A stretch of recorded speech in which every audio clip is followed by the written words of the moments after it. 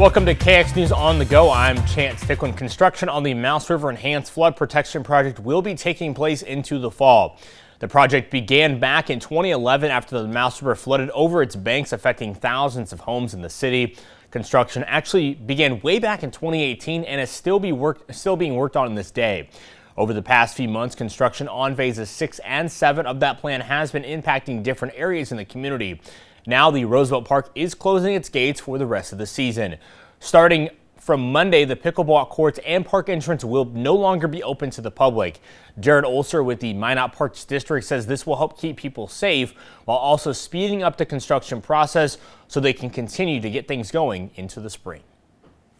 When we have facilities open to the public, we want them to be as safe as possible. And with the size and the amount of equipment moving, the construction just can't be happening during public times in public spaces.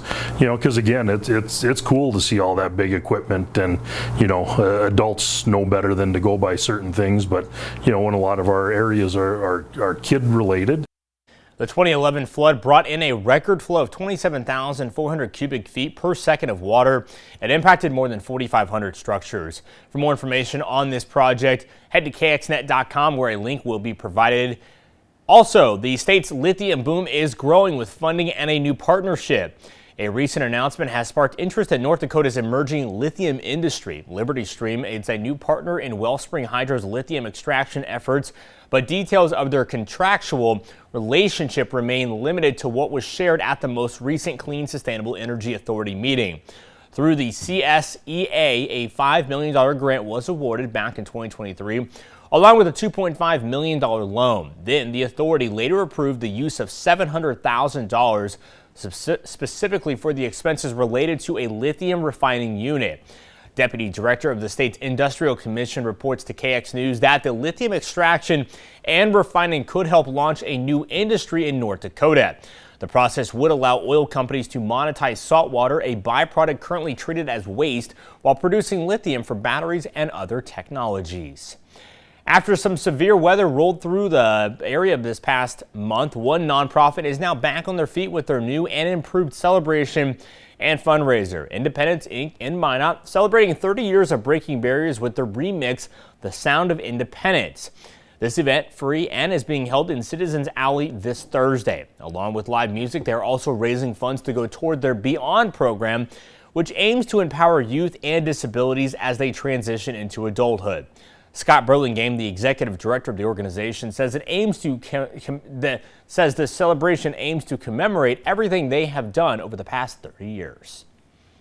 Our organization was founded by a group of people with disabilities who wanted to bring some advocacy and some community for people with disabilities to our community. And everything we do today kind of stands on the backs of their hard work and all the staff and board members that came before us. And we want to pay respect to that and honor that as we continue to do a lot of good things moving forward. Burlingame also notes that a majority of the artists performing this Thursday do have a disability. The event gets kicked off at 5:30 in the evening at Citizens Alley in Minot. Andre, they need some good weather for that, but let's give you a warm, happy Tuesday morning. And happy Tuesday morning to you too, Chance. And looking here in the capital city, we are seeing those dry conditions this morning with a temperature at 52 degrees and the winds are relatively calm at this time. But let's head over into the Magic City where we're also seeing those quiet conditions too. And guess what? The temperature here is at 50 degrees with winds out of the south and west at 3 miles per hour.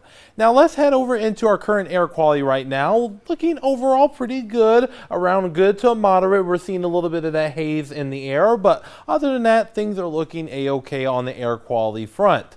Now, looking ahead, folks, throughout the day today, we are expecting those warm temperatures kind of stay put for here on out, and we're also going to be seeing no rain chances throughout the day today, which is going to be really nice, and also we're going to be looking forward to some comfortable dew points, so it's going to be feeling quite nice. And we can thank this area of high pressure here, and this area of high pressure is going to continue to bring bring in that dry air from the north, and that is going to be providing us with those comfortable dew points and also the dry conditions. And then we're going to be watching this area low pressure here. This area low pressure here is going to combine with this area of high pressure. We'll kind of work with it at the same time, and that is going to increase those rain chances as we get into late Wednesday and into the later portion of this week and into the weekend.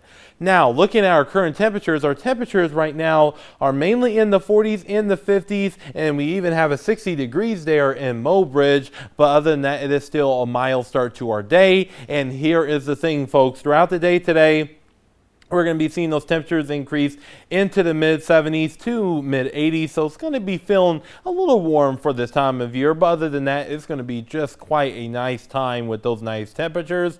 With these temperatures are running around 5 to 10 degrees above normal. Now, as far as our current storm team radar is concerned, we are seeing those mainly dry conditions with a little bit of that fog in our eastern areas, but other than that, things are looking high and dry for our Tuesday, and it's just going to continue to do that throughout the day today. Looking at our precision cast, we're going to continue to see those mainly clear conditions, and that's going to continue into our lunchtime, and that's going to also continue into our afternoon commute. So if you need to drive home from work and school today, it's going to be a perfect time for it.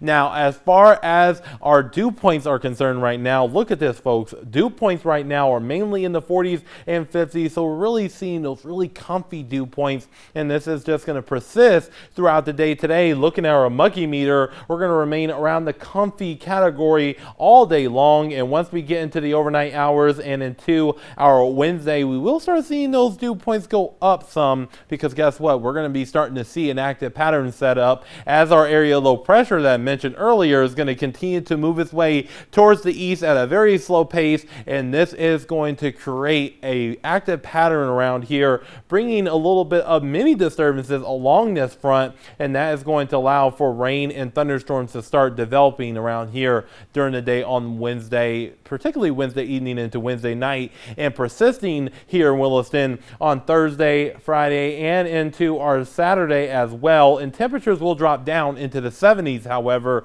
for our Saturday. And here in Dickinson, we're going to be following that same sort of forecast with temperatures in the 70s by Saturday, and perhaps even some breezy conditions during that time frame as well. Now, looking here in the Magic City, we're going to be seeing 80s today, 80s tomorrow, and the 80s will continue into our Friday with rain chances, and then we'll see those 70s as we get into the weekend and into early next week. And that same thing goes here in the capital city too. So chance it looks like today is going to be probably the best day for a while. Yeah, summer hanging on just by a thread. All right, Andre, thank you for that quick update. Well, for everyone here at KX News, I'm Chance Ticklin. We'll see you tomorrow.